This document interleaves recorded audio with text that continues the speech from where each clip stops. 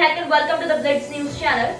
Heavy cross-voting amid a lack of opposition unity paved the way for a big win for Droupadi Murmu on Thursday as she became the new president of the country, underscoring that the prospect of a larger opposition front against the Narendra Modi government remains a mirage. See this report.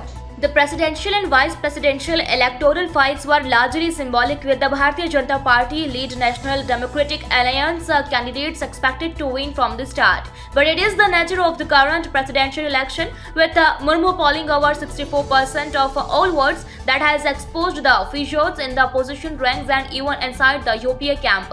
As many as 17 MPs and over 125 MLAs cross-voted for Droupadi Murmu, apart from about half a dozen non-NDA parties that refused to side with the Congress-led United Progressive Alliance. The number of cross-voting MLAs is expected to further go up when the counting is complete.